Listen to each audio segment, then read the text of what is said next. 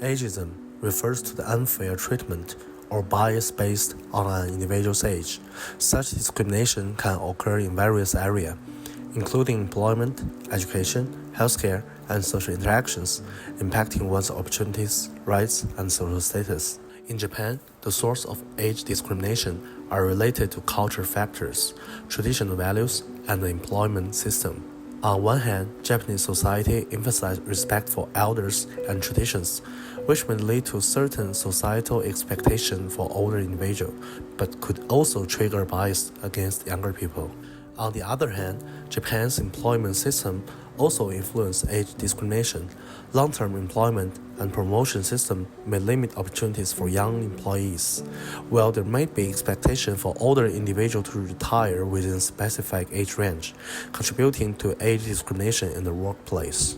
Overall, the roots of age discrimination are complex, involving multiple layers such as culture, societal system, and perceptions. For young people, strict adherence to workplace rules and obedience to seniors' commands are demanded.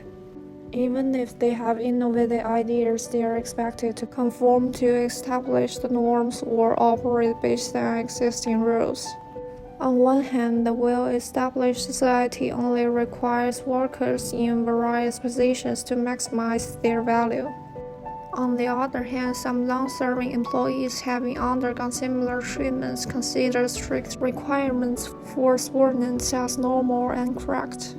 This kind of working relationship is unhealthy for individuals. The ideas and needs for young people may not be effectively communicated to the upper echelons of the company. Coupled with the high cost of living, young people often feel more like societal slaves. Shachiku is a Japanese slang term combining the words shakai and chikushu.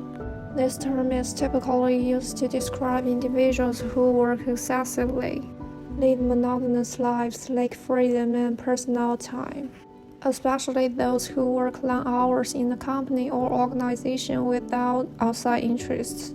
The term carries a somewhat derogatory connotation, implying that these individuals toil like livestock in their work, experiencing hardship, monotony, and a lack of initiative and personal pursuits.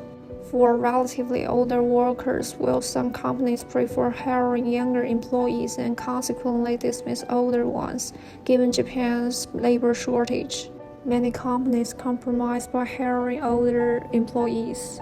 Some companies have also raised the retirement age, allowing older workers to have longer career. Additionally, the Japanese government is actively introducing policies to promote the employment and social participation of older individuals, thus alleviating the societal burden brought about by population aging. However, such employment practices can only alleviate the socio-economic pressure of an aging population and do not address the fundamental issues.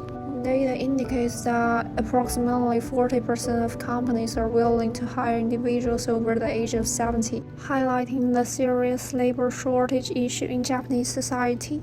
The term downstream elderly was coined by Japanese sociologist Takanori Fujita, describing the impoverished lives of the elderly and the underlying potential problems. Both young and elderly individuals face life pressures, reflecting the challenges brought about by population aging. The elderly need to continue working while the young are pressured to overwork. In this high-pressure environment, both young and elderly individuals face active or passive age discrimination. Karoshi, the term that instilled terror, describes a turn of death result from excessive work that the body cannot bear. This has become an unavoidable issue in Japanese society due to prolonged and intense labor of young people, leading to some of them suddenly dying at their workplace. Alongside karoshi, there is also the prevalent increase in suicide rate. The young people unavailable to see the promotion of people of their works expend all the time and energy just to meet with the cost of life and living without any freedom. A drying reality often led them to choose the suicides. Additionally, those young people may suffer from varying degree of the mental illness that are very difficult to alleviate effectively, culminating the tragic chose the suicide. Interestingly, this phenomenon is not unique to Japan, but is a common occurrence across East Asia, South Korea, for example. They all has the high suicide rate and is also a nation adversely affected by population aging. More worrisome is that under this high pressure lifestyle, the desire for childbirth among young people is decreasing. They can only afford their own expenses, and this idea of supporting the entry family become an untenable prospect for many young peoples. This workers cycle intensives the latter in the increased stress among young people and the low birth rate. As a Chinese people, we deeply understand the impact of such issues. The one-child policy implemented in 1982 in China encouraged families to raise only one child. And in this era, Chinese economy was underdeveloped.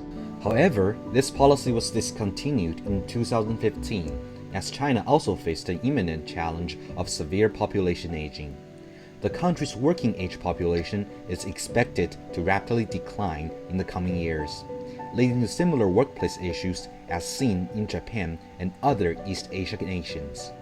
We believe that workplace ageism is significantly propelled by the extensive aging of the population in East Asia, making it an issue that cannot be ignored. In response, governments in the region should formulate new workplace laws to ensure age equality, then encourage immigration to augment the decreasing labor force, enhance social welfare, and also improve the living condition of the people. These measures are not just necessities, but imperatives to address the evolving demographic landscape and its multifaceted impact on society and economy. As we conclude, it is clear that the resolution of these issues is not just a matter of policy, but also social change. Embracing diversity in age, fostering respect across generations, and building inclusive societies are essential steps towards a sustainable and harmonious future.